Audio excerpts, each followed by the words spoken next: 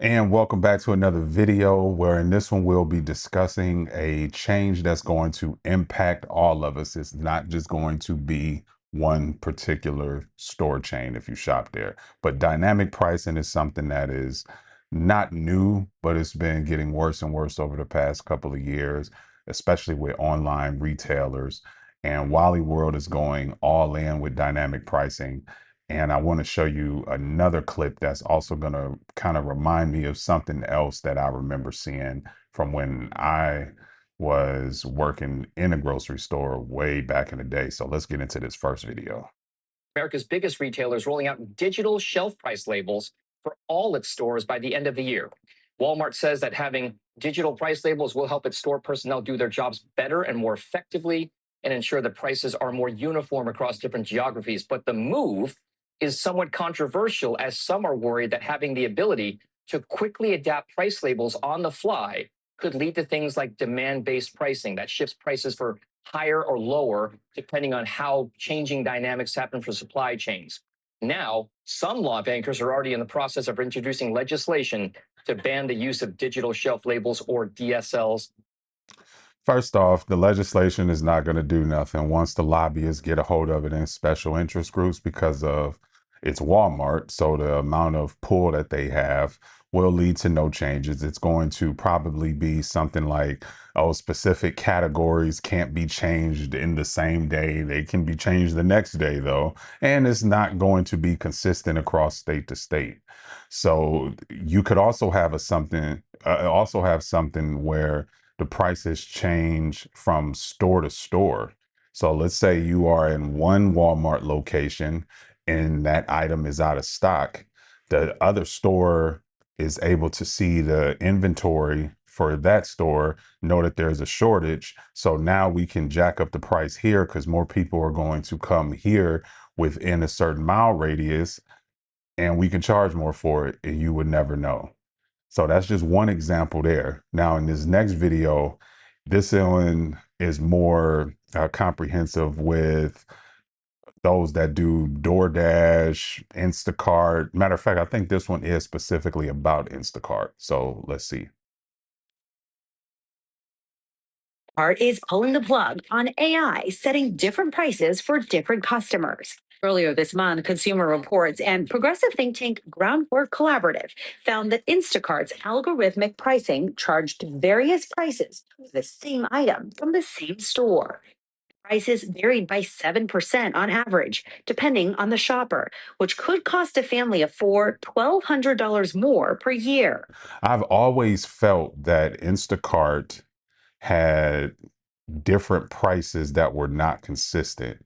Like I always felt like the prices were so high for some stores, but when you went on the same store's website, the prices were much lower. Now I get it, the prices are going to be different because of the convenience of service, but the disparities were so wide to where you could put together an Instacart order before tip, and let's say it's like $50. But then by the time you get to the final cart, you notice that it's like maybe 20, 30% higher. So now we're at $75, $80 for those same items that if you would have just put it together and did curbside for that same location, it was significantly lower. Now with Walmart in particular, it's all, if I understand correctly, or if I remember, Walmart has the same prices for curbside. Like whether you do pickup or you do in store, it's the same price. Obviously, there's a cost of convenience, but the concern you have with this dynamic pricing is, where does it stop? Where does it stop? You have too many people that have gotten to this point where when we think of dynamic pricing, we don't look at it from how it's going to be helpful to who. We haven't been on physical uh, price labels for decades. My first job was at a grocery store, and we had the actual price gun where you hear that sound where you're putting the price tag on, but you're not seeing those anymore. You haven't seen those for decades. Everything has been scanned because that was supposed to create efficiency. That was supposed to make things easier because you're not dealing with the price gun. You're just putting the items on the shelves. Now they're saying that this will be more efficient. How is it more efficient to the customer? How is it more efficient to the worker? It's not. It's more efficient to the business because they can move the prices up and down throughout the day. They can move them by location. And more importantly, there's no way to control, like, oh, let's say this was on sale. You're not going to see no sales papers no more. And that also, in my opinion, probably cuts down those that coupon, because if the prices are on a dynamic price tag, what is the incentive for them to provide coupons for? They'll do like the buy one, get one 50% off or whatever, but the actual coupon, all that extreme couponing stuff, that's dead. I don't see how you can coupon if the price keeps changing.